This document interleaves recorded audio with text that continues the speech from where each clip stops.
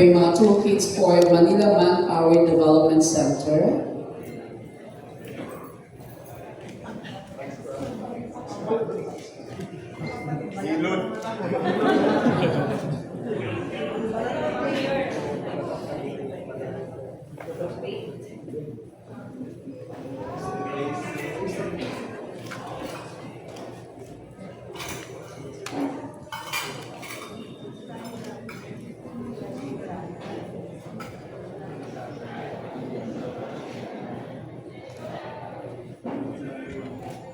Yes po, and on the other side naman po, tinatawagan po natin the University President of Universidad de Manila, Dr. Maria Felma Carlos Lia.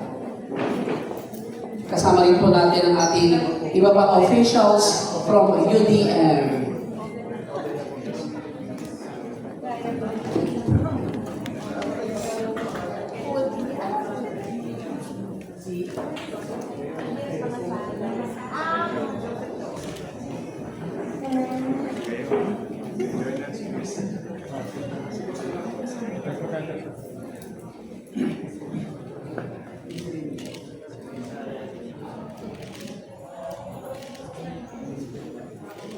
Okay.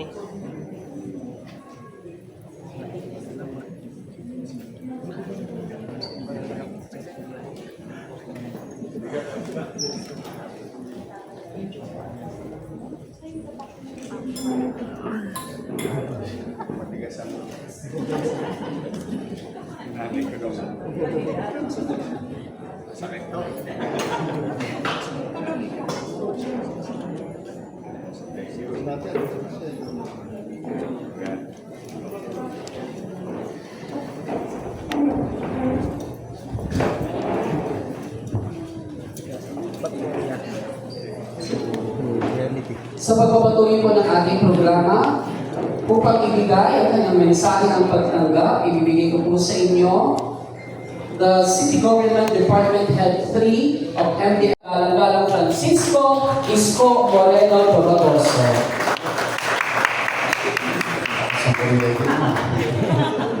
Ay, maupo kayo sa ating Vice Mayor Chi, at ang aming mga kapwa-kawali sa pamahalang lungsod, lalo na sa aming UDM family, si Felma, sa unang liderato ng aming paaralan, at ang aming partner sa national government. Thank you very much.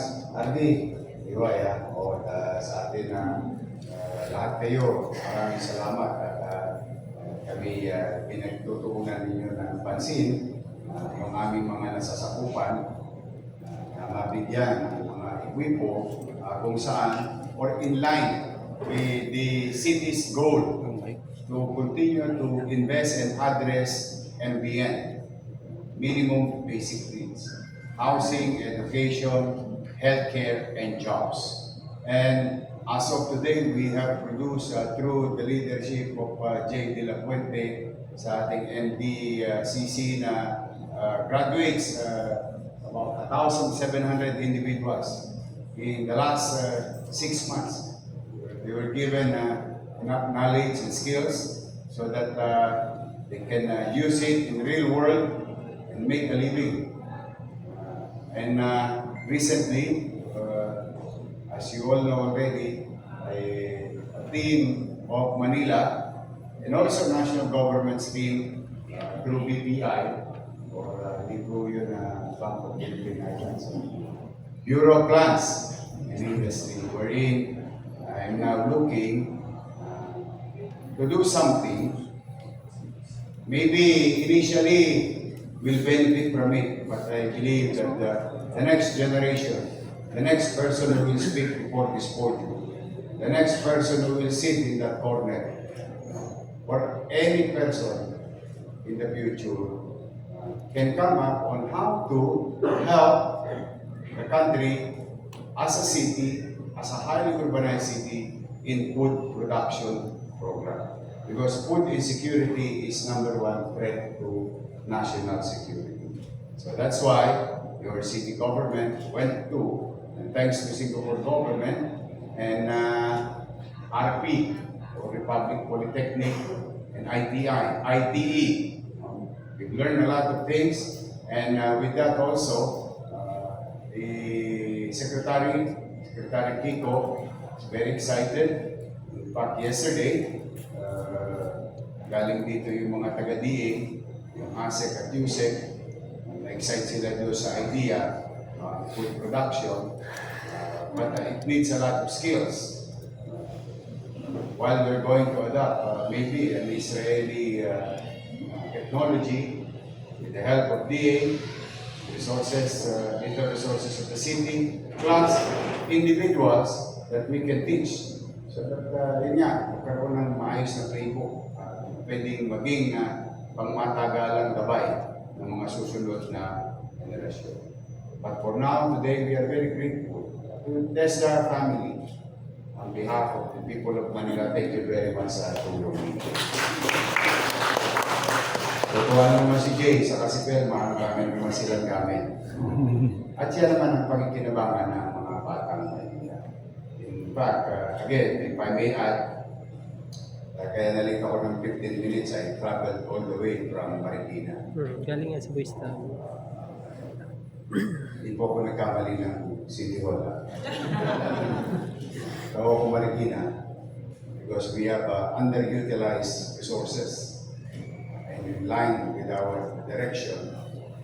At mabigyan pa, hindi lang pagkalinga, kasi binibigay natin doon, kalinga at pagmamahal lamang sa mga napawalay na bata sa kanilang magulang or unloved individuals by their parents. We show them love and care and compassion.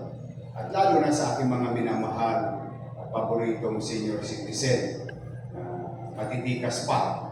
At mukhang pinabayaan sila ng kanilang mga mahal sa buhay, kaya minamahal sila ng siyudad ng Maynila doon sa ating pasilidad.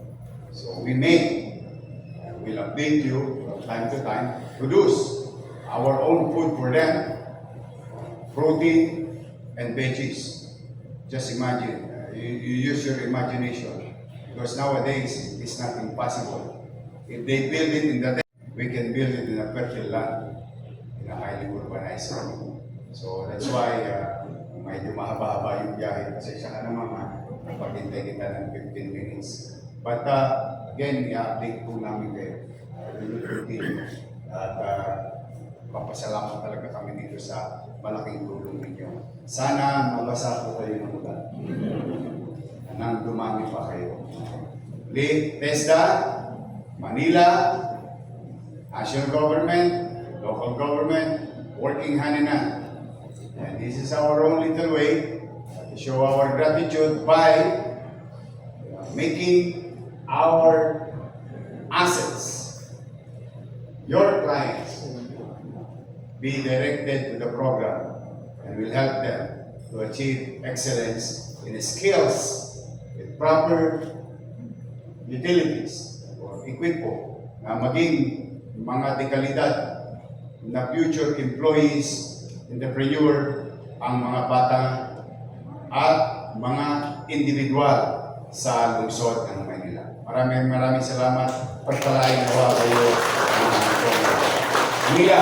God first! Thank you.